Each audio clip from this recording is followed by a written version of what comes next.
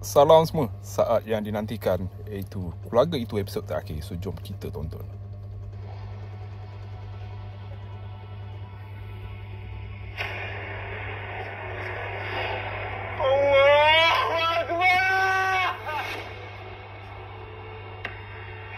Apa awak buat ini ya?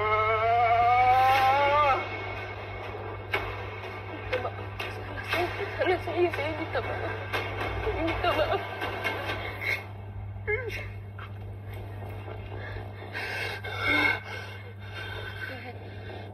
Kenapa awak buat dia macam ni ya?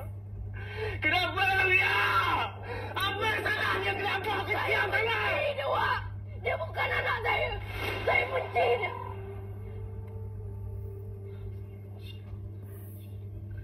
Aku benci dengan dia. Aku benci dengan budak ni.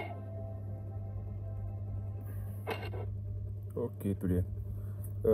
Sebenarnya scene ni saya dah expect sebenarnya. Macam bila beberapa episod sebelum ni, polis cari mayat anak Mia ni, ada scene yang mana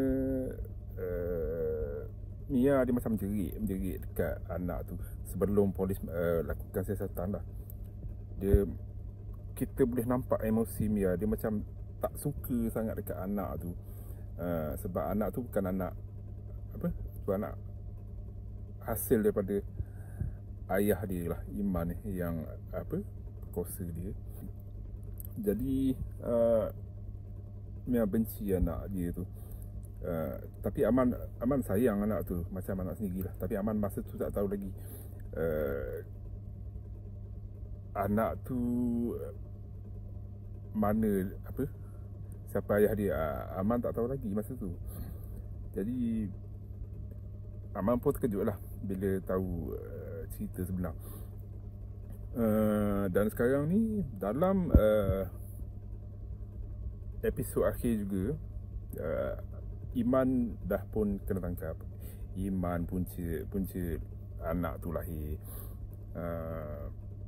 Korang boleh tonton scene satu lagi yang mana Mia Cempaka dia mula U-turn. Macam tiba-tiba rasa kesian pula dekat Iman. Tapi tu serang scene anak Mia mati ni ialah scene yang sukar sekali untuk ditonton. Maknanya Aman pun sama sebahat tanam anak dia.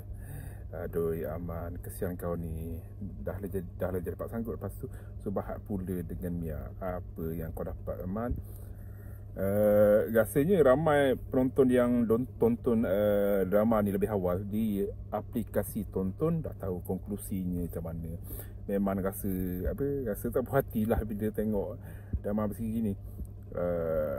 Bila melihat kita tahu nasib Mia macam mana, ada ketali gantung sebab membunuh anaknya. Aman pun rasanya kena penjara. Aman kena penjara lagi lama dari Iman lah. Iman punca semua ni. Iman kena lama lah juga. Tapi Aman kena lagi sama sebab dia dikatakan sebahat dengan Mia. Okay. Korang rasa macam mana penamat drama berseri ni? Korang boleh tonton. Korang boleh komen di ruangan komen di bawah. Kita jumpa lagi.